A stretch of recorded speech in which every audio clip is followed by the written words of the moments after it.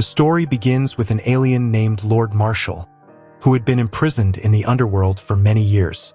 But today, he has finally been freed and has returned to his army. Lord Marshall commands a huge army known as the Necromongers. This army includes some of the most terrifying creatures and monsters in the universe. And Lord Marshall has taught them only one thing: destruction. He now guides his followers with a single mission. We must take over the entire universe, no matter what it takes. From here, it's clear that a dangerous future lies ahead. Now, on another planet, we see a man named Riddick, running for his life. A group of hunters is chasing him, trying to kill him. But Riddick isn't just an ordinary human. He possesses robotic powers that no one could even imagine. As he evades the hunters, he reaches a hilly region. Taking advantage of the situation, Riddick grabs hold of one of the hunter spaceships and begins to bring it down. All the hunters are severely injured, and Riddick approaches one of them and asks, "Who sent you to kill me?" The hunter can't name the exact person, but he says, "You'll find him on the planet Helion Prime." Now that Riddick has this information, he leaves the injured hunters behind and takes their spaceship. He sets off straight for Helion Prime, perhaps to uncover the truth.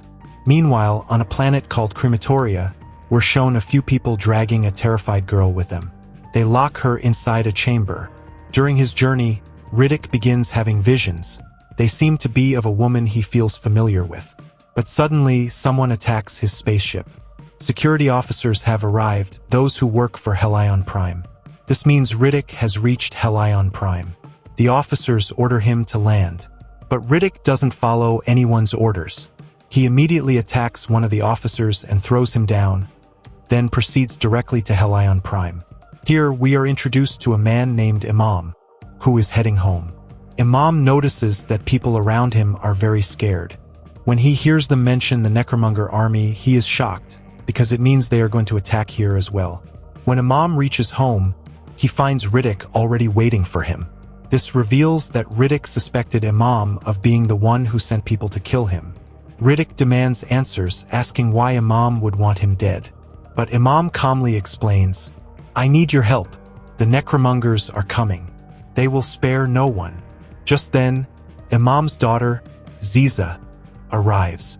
She is shocked to see Riddick because her father had told her many stories about him. This softens Riddick a little. After ensuring Ziza's safety, Imam tells Riddick the full truth. He says that many legends exist about Riddick, how powerful he is, and how he's still alive after so many years. Imam believed Riddick was the only one strong enough to fight back against their enemies. Soon, a woman named Arion arrives with her companions. She also works with Imam. Together, they try to convince Riddick that time is running out and that they must unite to fight the Necromongers. Otherwise, every planet will be destroyed. Imam also speaks of a person connected to Riddick, someone related to the visions Riddick has been seeing. But that person is located on the planet Crematoria. So, Riddick prepares to travel there to find answers. Now, we are shown the full might of the Necromonger army, arriving with their king, Lord Marshall. They had practically seized control of the entire planet. But this was just the beginning. Their ultimate goal? To reach Earth next. Within moments, the Necromonger army, along with Lord Marshall, had landed. Lord Marshall addressed the crowd, saying that everyone must convert and join their army. Otherwise, the consequences would be severe. In his massive army, we are introduced to Commander Vako, who is present with his wife Dame Vako, Dame Denham. These two had a slightly different mindset than Lord Marshall. They believed they shouldn't treat humans too harshly, because one day humans could unite, and even the Necromonger army would be too small to stop them. But it was also true that no one could stop Lord Marshall now. Soon, some of his companions came forward and ordered the people of Helion Prime to kneel before Lord Marshall and serve him. Some among them, however, chose to rebel, a huge mistake. Lord Marshall possessed immense powers. One man stepped up and tried to threaten him, but Lord Marshall demonstrated his might. He ripped the man's soul out with his bare hands. It was so painful that the man didn't even realize what happened before he was dead. Seeing this, everyone became terrified. They had no choice but to obey. One by one, Everyone kneeled and accepted Lord Marshall as their leader. But there was one man who didn't kneel. It was none other than Riddick. Impressed yet cautious, Lord Marshall ordered his commander to take Riddick to their facility. Commander Vako's wife, Dame Vako, came and escorted Riddick inside. She began speaking sweetly to him, though Riddick didn't understand what was happening. He was placed among machines designed to scan a person's mind and read their thoughts. As some of the soldiers began scanning Riddick's brain, they uncovered his memories of Imam and their plans. It became clear that Riddick was preparing to destroy Lord Marshall and the Necromongers.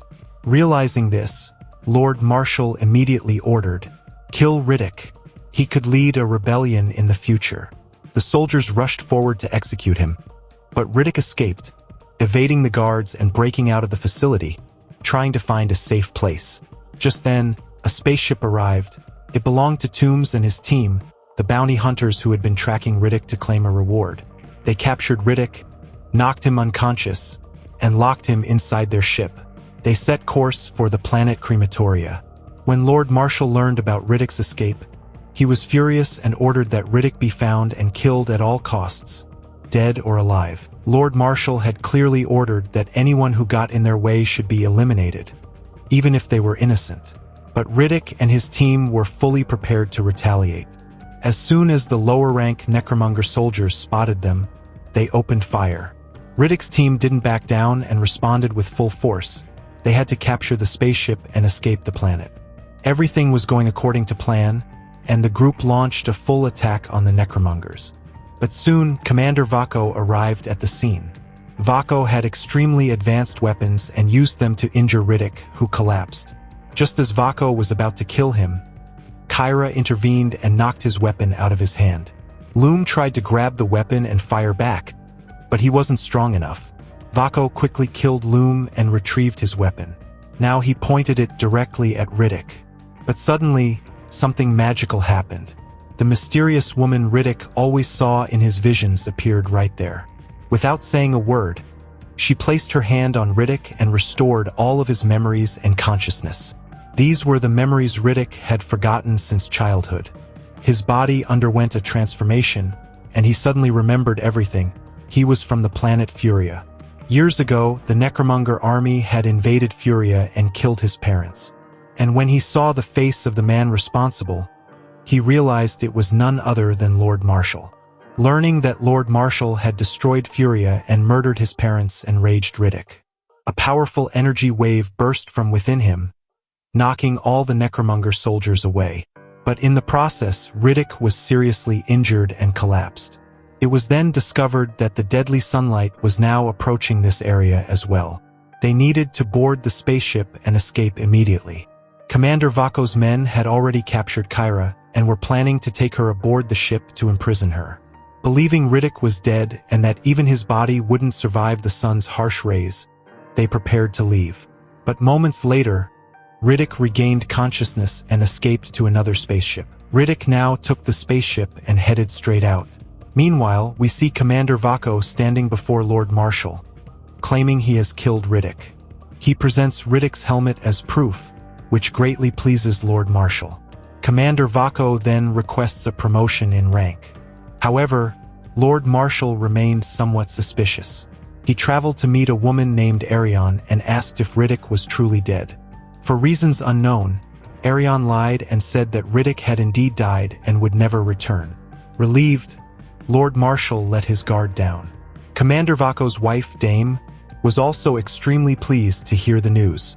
The Necromonger army then prepared to invade another planet. But suddenly, Dame spotted a soldier with glowing eyes. Shockingly, it was Riddick in disguise, wearing the armor of the Necromonger troops. Dame was completely stunned. She immediately confronted her husband and accused him. "You told me Riddick was dead, but he's here, pretending to be one of your soldiers. He'll surely kill Lord Marshall." Hearing this, Commander Vako was surprised but said calmly that they wouldn't stop Riddick. Let him kill Lord Marshall, then the throne would be empty and they could take it for themselves. Meanwhile, Lord Marshall ordered his entire army to destroy the planet Helion Prime. He declared that since they had suffered heavy losses there, they would not leave it unpunished. But little did they know that Riddick, hiding in plain sight among them, had already begun eliminating their soldiers one by one. When Lord Marshal discovered a dead body, he examined its final vision, and in that memory he saw Riddick. Furious, he ordered his commanders to find and kill Riddick immediately. Troops were deployed all around, all intent on ending Riddick's life. But Riddick was clever, staying hidden and evading them all. He had one mission: to kill Lord Marshal. Once Lord Marshal was dead, the chain of command would collapse. Despite the heavy presence of enemy soldiers, Riddick launched a direct assault on Lord Marshal. But Lord Marshal sensed the attack, dodged swiftly, and threw Riddick away. He ordered his men to capture Riddick as soon as possible. That's when he noticed Kyra. She had been taken in and assimilated into their necromonger ranks. Several soldiers tried to capture Riddick, but he fought back and attacked Lord Marshal once again. This time, Lord Marshal unleashed his true powers. He tried to absorb Riddick's very soul, but Riddick managed to strike back, pushing him away. Soon, Riddick had to face Lord Marshal's full speed. A speed so fast, he couldn't even see the attacks coming. A fierce battle erupted between them, and Lord Marshal was clearly dominating. But just then, Kyra appeared from behind and stabbed Lord Marshal. This proved that she had always been on Riddick's side. Enraged, Lord Marshal grabbed Kyra and slammed her onto a blade, killing her. As Commander Vako approached the scene, Lord Marshal ordered him to kill Riddick. But Vako had come with a different intention: to kill Lord Marshal. Before Lord Marshal could react, Riddick grabbed a knife and stabbed him straight in the head. Lord Marshal was dead. The leader of the necromongers had fallen. Poor Riddick rushed to Kyra's side as she took her final breaths. He couldn't save her. Arion, the mysterious woman who seemed to know everything, had hoped for this outcome, and now she appeared satisfied. But Riddick, consumed by rage, ascended the throne. He declared that he would now take Lord Marshal's place and become a powerful emperor of the universe. All the soldiers knelt before Riddick. After all, he had defeated their greatest leader. And that's where our story ends.